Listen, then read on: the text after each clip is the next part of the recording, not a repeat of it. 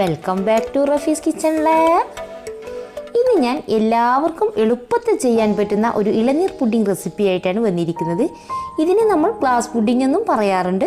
അധികം പ്രൊസീജിയേഴ്സൊന്നും ഇല്ല, പിന്നെ കുക്കിംഗ് ടൈമും അധികം വേണ്ട.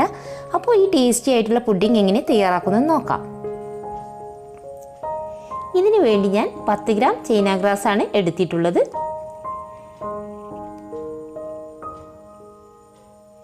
ഇനി ഇതൊരു കത്രിക വെച്ച് കട്ട് ചെയ്തെടുക്കണം.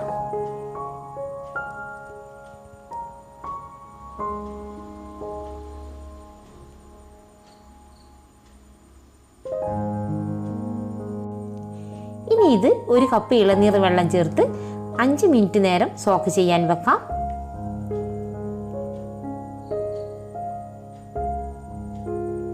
ഇനി നമുക്ക് ഇളനീർ വെള്ളം ഒന്ന് അളന്നെടുക്കണം. ഈ ഒരു കപ്പ് വെച്ച് 1.5 കപ്പ് ഇളനീർ വെള്ളമാണ് ഞാൻ എടുത്തിട്ടുള്ളത്.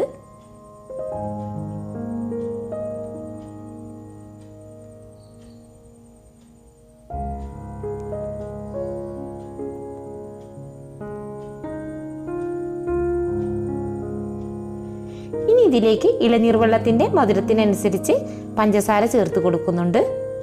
ഞാനിവിടെ ഒരു 3/4 കപ്പ് പഞ്ചസാര ചേർക്കുന്നുണ്ട്. ഇനി ഈ പഞ്ചസാര നന്നായിട്ടൊന്ന് മിക്സ് ആക്കി എടുക്കണം.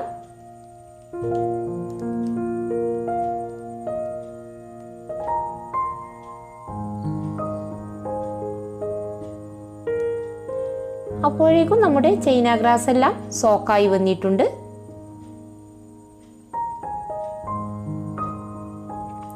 ഇനി ചൈന ഗ്രാസ് ഒന്ന് ലോ ഫ്ലെയിമിൽ മെൽറ്റ് ആക്കി എടുക്കണം. അതുപോലെ തന്നെ ഇളനീർ വെള്ളം ഒന്ന് ചൂടാവാൻ വെക്കണം. ഇളനീർ വെള്ളം നല്ലപോലെ ഒന്ന് ചൂടായാൽ മതി, തിളക്കാൻ പാടില്ല. നന്നായി ചൂടായി തിളച്ചാൽ പുഡിങ്ങിൻ്റെ ടേസ്റ്റ് തന്നെ നഷ്ടപ്പെടും. അതുപോലെ തന്നെ അടുപ്പിൽ വെച്ചതിന് ശേഷം പഞ്ചസാര മിക്സാക്കി എടുക്കാൻ പാടില്ല. അതുകൊണ്ടാണ് നേരത്തെ തന്നെ പഞ്ചസാര മിക്സാക്കി വെച്ചത്. ഇതേപോലുള്ള കാര്യങ്ങൾ പ്രത്യേകം ശ്രദ്ധിക്കണം.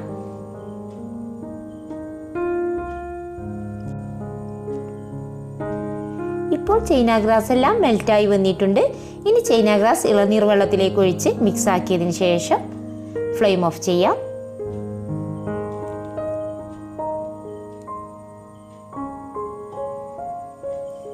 ഇനി ഇതൊരു അരിപ്പയിലൂടെ ഒന്ന് അരിച്ചെടുക്കണം.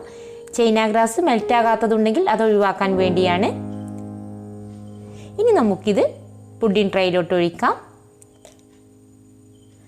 കുറച്ച് ഞാൻ കുഞ്ഞി ഗ്ലാസ്സിലേക്കും ഒഴിക്കുന്നുണ്ട്.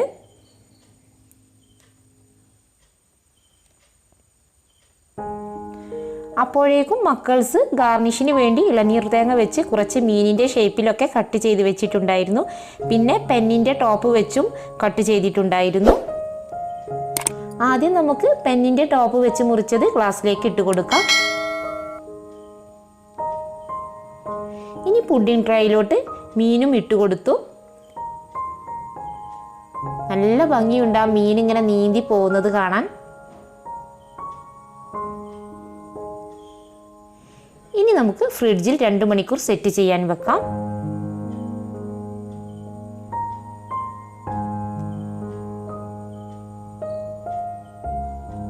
ഇപ്പോൾ 2 മണിക്കൂർ കഴിഞ്ഞിട്ടുണ്ട്. പുഡിംഗ് എല്ലാം നല്ലപോലെ സെറ്റായി വന്നിട്ടുണ്ട്. കണ്ടില്ലേ എന്ത് ഭംഗി കാണാൻ. അതുപോലെ തന്നെ കഴിക്കാനും നല്ല ടേസ്റ്റി ആയിരിക്കും ഈ ഇളനീർ പുഡിംഗ്. ഇളനീർ വെള്ളത്തിൻ്റെ കൂടെ ഈ തേങ്ങ കടിക്കുമ്പോൾ പ്രത്യേക ടേസ്റ്റ് ആയിരിക്കും ഈ പുഡിങ്ങിന്. ഇനി ഇത് ഓരോന്നും നമുക്ക് ഡീമോൾഡ് ചെയ്തെടുക്കാം. ഇത് എല്ലാവർക്കും അറിയാവുന്ന കാര്യം തന്നെയാണ്. അറിയാത്തവർക്കായിട്ടാണ് ഞാൻ ഈ പുഡിംഗ് കാണിക്കുന്നത്. ഏത് ചെറുപ്രായക്കാർക്കും ഉണ്ടാക്കാൻ പറ്റിയ ഒരു പുഡിംഗ് തന്നെയാണിത്. ഇൻഗ്രീഡിയൻസ് ഒക്കെ കുറവാണ്.